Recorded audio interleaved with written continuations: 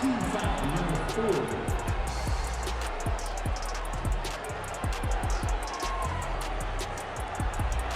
Foul, and to me, that just, I mean, Chelsea Gray with counter moves and just going through the body, creating, gets Chelsea Gray, watch here at the end, gets around the forearm, which is where I believe.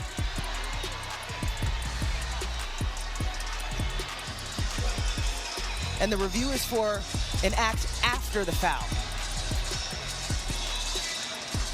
I don't see anything after the foul, and to me, that just, I mean, Chelsea Gray with counter moves and just going through the body, creating some contact, I believe it. New film of a performance starring Caitlin Clark has surfaced, and what it shows calls for everyone who has been following the story to take a serious and honest look at it right once. What truly transpired on that basketball court was not fully depicted by the broadcast camera viewpoint that millions of viewers saw in real time. Additionally, the discourse is fundamentally and quite alarmingly altered by the whole picture, which is now viewable through film taken from a different angle by what appears to be a courtside reporter or someone positioned close to the event. The subtleties are important and have implications that extend much beyond a single play in a single game, so we must approach with caution. Do we have to be precise? During the play in question, Caitlin Clark collapsed to the ground. At the time of the broadcast, the obvious reason appeared to be a foul call, to which Clark was clearly irritated. It was the potential interpretation from the camera view that the network provided. Viewers deduced a connection between her emotional reaction to the officiating judgment and her physical position on the ground. Please consider liking this video and subscribing to the channel if you enjoy the content. It may surprise you to learn that almost 83% of viewers have not yet subscribed. Even though it only takes a second and is free, it means the world to us. Have you already subscribed? Fantastic! I sincerely appreciate your help. Let's return to the video now. That was not a complete comprehension. During this play, Chelsea Gray touched Caitlin Clark's abdomen directly. The videotape that recently surfaced from a different position claims that Gray's head and shoulder contacted Clark's abdomen with enough force to knock him to the ground, and clearly enough for anyone viewing the video from this angle to see exactly what happened. This was not a little collision or an unintentional brush that occurs in the physical game of professional basketball. This is not the same as the prior Alyssa Thomas incident that garnered national attention and legislative inquiry, so give it some thought. This is a distinct incident, a different player, and a different documented instance of physical contact with Caitlin Clark that the public was unaware of because the broadcast camera angle did not accurately portray what transpired. Following this play, a number of onlookers conjectured that Clark was performing rather than actually responding to physical force, that she was flopping, and that she had purposefully exaggerated the impact of the crash. This video offers a definitive answer to that theory. It was going well for Caitlin Clark. She lost breath and fell to the ground after being hit in the midsection with adequate force.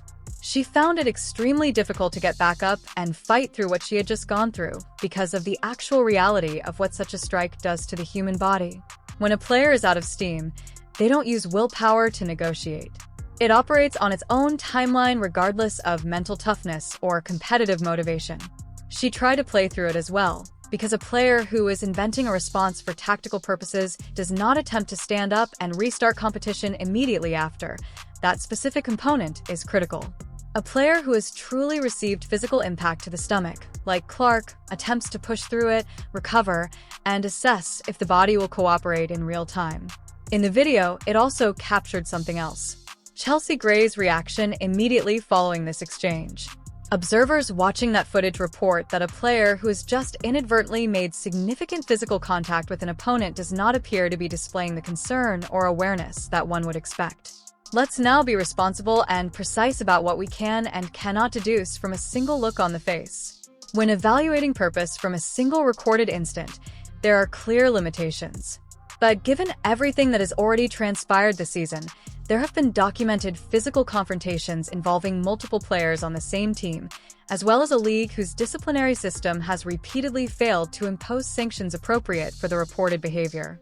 That claim is just one additional detail that the institutional leadership of the WNBA is unable to explain away with allusions to the fierce competition and the fundamentally physical character of basketball, The WNBA officials on the court conducted a formal assessment of the situation during this play. Such a review was observed and recorded during the show.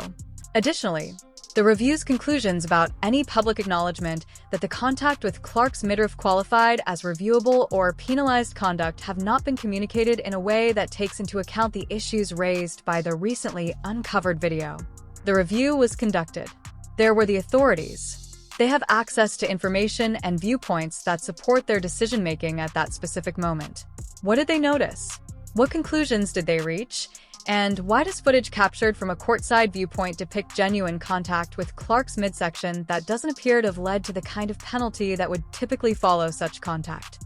The leadership of the WNBA officiating department should provide a clear, succinct, and transparent response to these legitimate institutional accountability questions. This is not a conspiracy. This is not partisan support disguised as sports commentary. This is the straightforward observation that footage captured from a different camera angle shows physical contact that was not visible from the broadcast camera, that the player receiving the contact was knocked to the ground by it, and that the institutional apparatus responsible for monitoring and punishing exactly this kind of behavior was present, looked into the matter, and concluded that this new footage raises serious concerns about fans. The people watching the situation and congressional members who have already filed formal letters demanding accountability have a right to know what the authorities observed, the outcomes of their assessment process, and the standards by which they arrived at their conclusion, because this specific incident and the broader institutional realities are inextricably linked. As of right now, Caitlin Clark has been the documented victim of severe physical contact in numerous consecutive games against the same opponent, as well as at least one more game against a different opponent.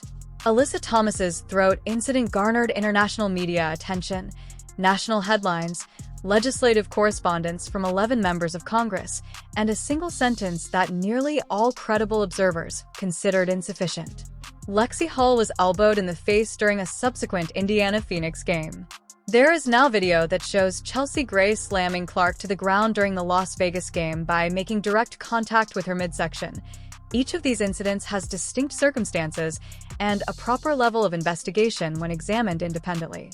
However, when taken as a whole over several games involving multiple players and opposing teams, they produce a pattern that the WNBA's institutional leadership is unable to accurately characterize as a single coincidence or the expected physical side effect of competitive basketball.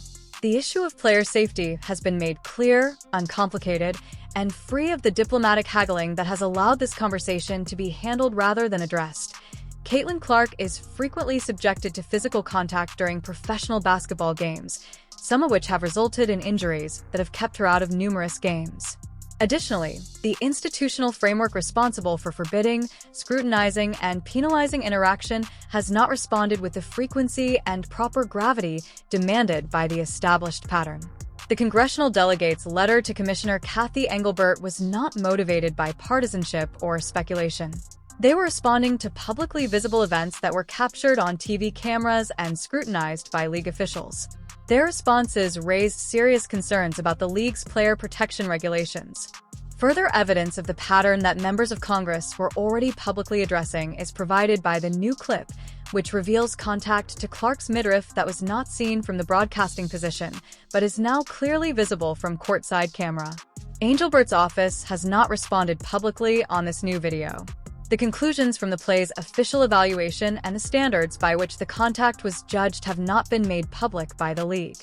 It's crucial to remember that the press conferences that followed the Las Vegas game were supposedly rather brief, when the league and its teams are involved in a lengthy and serious public debate over player safety. The length and content of post-game media availability reveal something about institutional comfort with the concerns being raised. The problems this video raises are not addressed in brief press conferences. Clear, accurate, and straightforward institutional communication provides solutions to such questions. There has also been no communication.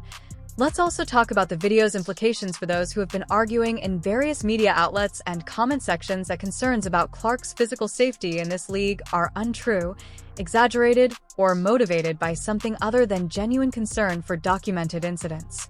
This video is a rebuttal to that argument. The media did not produce this.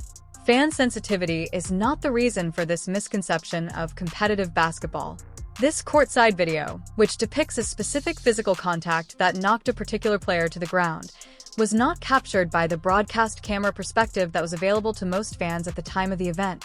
It happened even though most viewers couldn't see it at the time. It means that the television coverage did not feature it. Moreover, it wouldn't be a problem if the courtside camera eventually exposed it. It is the recording of an already completed event. The flopping claim that was making the rounds following the play has a definitive answer in this video. Clark was doing well. She was struck in the middle. She reacted to that specific type of influence in a way that was honest and expected. When she later attempted to stand up and continue, it was not theater. Her athletic determination clashed with the physical reality of losing her breath. It is crucial to highlight the fact that the failed accusation constituted a form of institutional minimizing in and of itself. The player who answered took center stage in the conversation instead of the one who made the initial contact. This season, the media landscape of this league has frequently employed such specific and well-known argumentative pattern in Clark-related situations. It shifts responsibility from the performer to the recipient and presents the recorded bodily effect as a performance rather than an actual outcome. That particular disagreement about this particular incident is resolved by this video. What follows next is still an unresolved institutional issue. The WNBA's officiating department made a decision after analyzing this play in real time. In view of the recently disclosed footage, this judgment must now be made public. Clark's violent altercations with different opponents and games have been chronicled. The league administration claims that official congressional notice has been sent to the commissioner's office. International media has covered these instances in great detail, indicating that a truly significant sports story is widely acknowledged. Furthermore, video captured from a different perspective than the broadcast depicts Chelsea Gray ramming her head and shoulder into Caitlin Clark's midriff with sufficient power to send Clark to the ground during a play that was already pending official review. The company needs to respond, not with a carefully crafted press release that seeks to minimize engagement, not with diplomatic rhetoric that is meant to be a reaction, but is really meant to please no one, with transparency, accuracy, and the kind of direct, accountable communication that acknowledges what the video shows and makes clear what the league's policies and guidelines require from it.